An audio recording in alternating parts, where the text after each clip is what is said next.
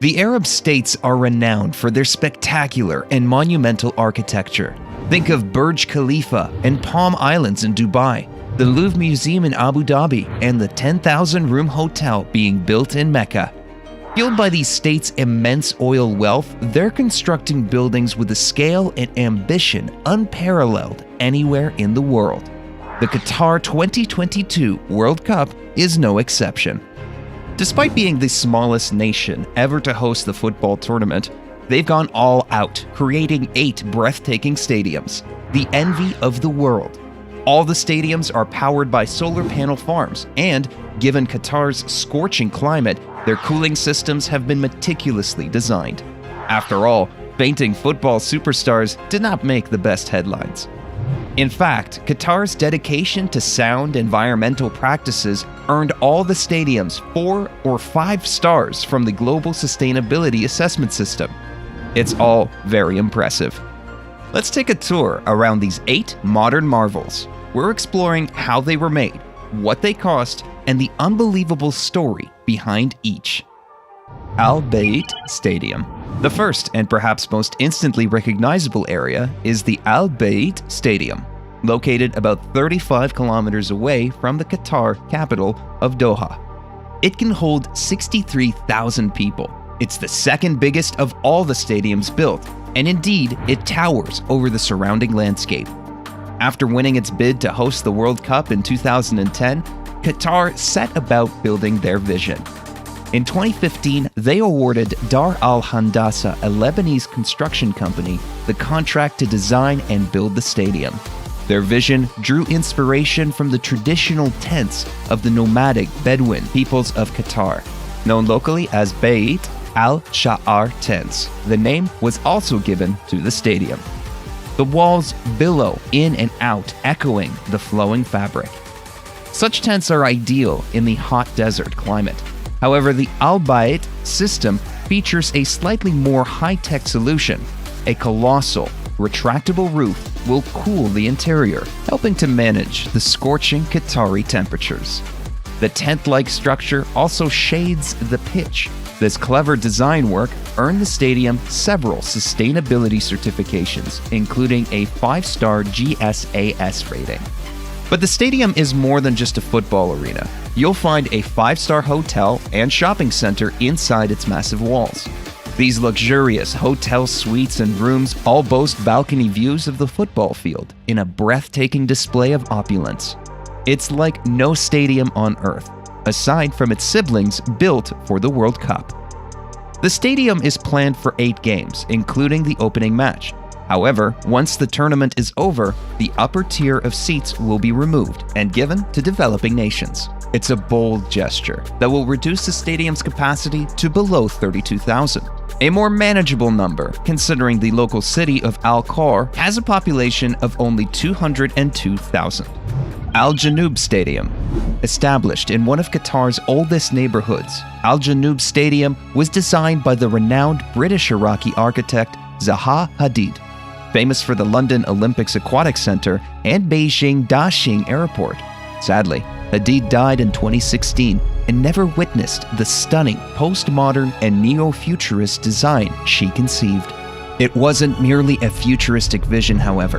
The swooping, frilled curves are meant to mirror the sails of traditional dhow boats used by pearl divers to weave through the tumultuous currents of the Persian Gulf. It's not hard to see the similarity. In fact, the curvilinear roof gives spectators the feeling of being on a ship, and the bowed beams holding up the roof also resemble a ship's hull. It's a beautiful nod to the seafaring history of Al Waqra, the city where the stadium is located. It also features a retractable roof and complex cooling system capable of reducing the inner temperature to as low as 18 degrees. Like all major developments, the 40,000-seater stadium was conceived as part of a wider project. As the architects explained, the stadium was designed in conjunction with a new precinct so that it sits at the heart of an urban extension of the city, creating community-based activities in and around the stadium on non-event days. It's a subtle nod to the issue which typically plagues such developments: with the sports complex also featuring swimming pools, spas, a shopping center, and schools, wedding halls, additional sports facilities, and restaurants planned nearby. The $700 million cost may not be in vain. Still, 20,000 seats will be removed after the stadium's 7 World Cup games. Ahmad bin Ali Stadium. The Ahmad bin Ali Stadium, better known as the Al Rayyan Stadium, sits on the site of one of Qatar's former major arenas. In fact, it's almost the same stadium, with 80% of the construction materials being reused or recycled. It's a masterclass of upcycling. Not that you could tell.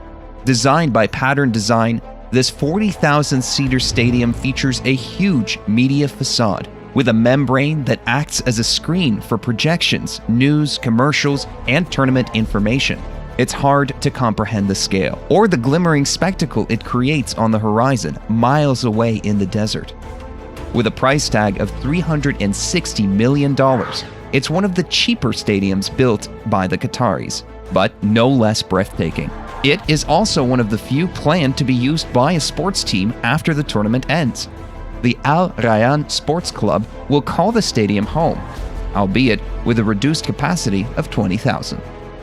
Al Rayyan is a multi-sport club and one of Qatar's most successful. With titles in basketball, handball, and volleyball, the stadium is sure to get significant use, although it's the football team that receives most of the attention. The stadium will host 7 matches through the 2022 World Cup, opening to the public in December 2020. It's already hosted 4 matches during the FIFA Arab Cup 2021, where it was a wild success. Al Thumama Stadium.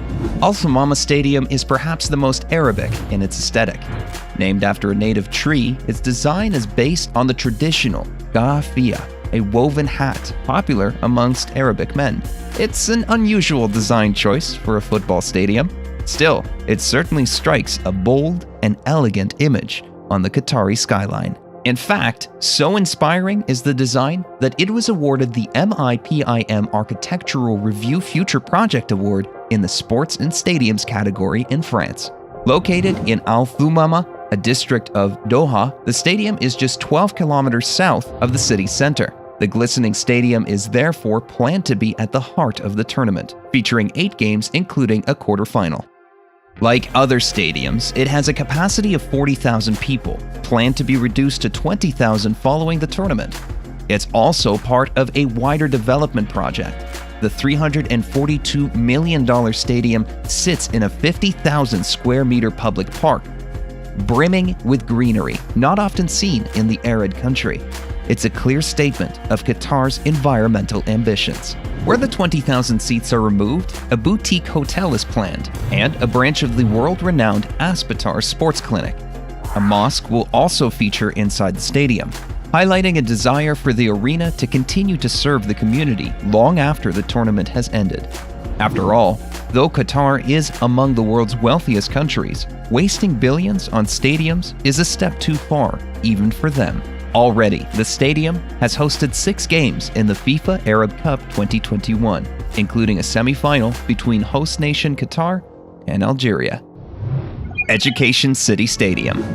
The Education City Stadium isn't the most romantically named of the 8. Nevertheless, this 40,000-seater arena located in Education City, 7 kilometers south of Doha, has earned the nickname the Diamond in the Desert. A single glance tells you why. Designed by Fenwick Irebaren and Pattern Design, the building has a facade composed of a myriad of diamond shapes, giving the overall structure its jewel-like appearance. Indeed, these diamond patterns appear to shimmer and change color as the sun moves across the sky.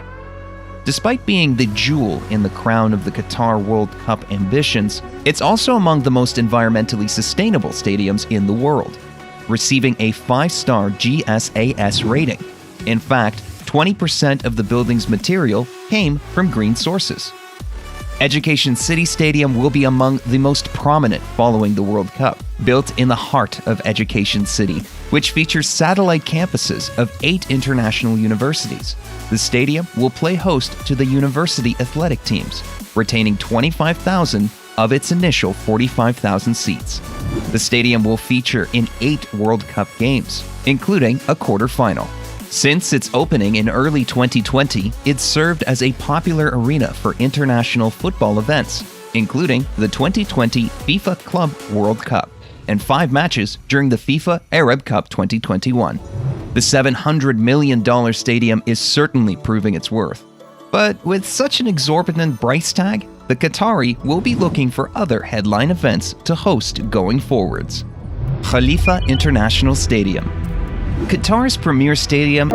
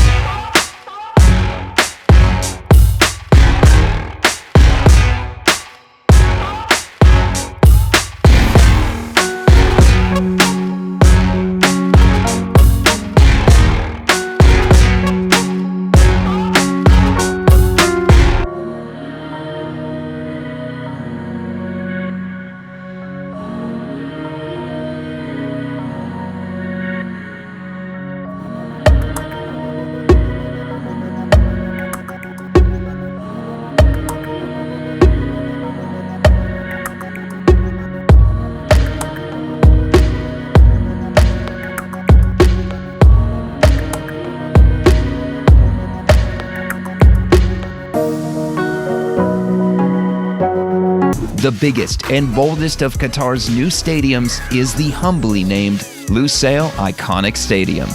It will be the flagship stadium for the tournament, hosting 10 games, including the final.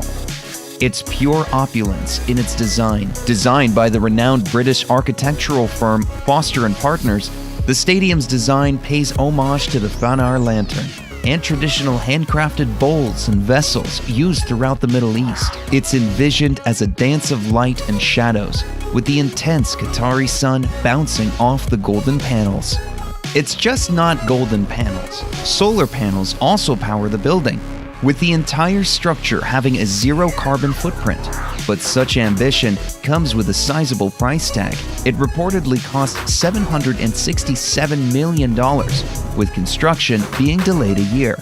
With a total capacity of 80,000, it's by far the biggest stadium of the 8. However, like almost all the stadiums, it's planned to be reconfigured after the event to a more manageable 40,000 seats.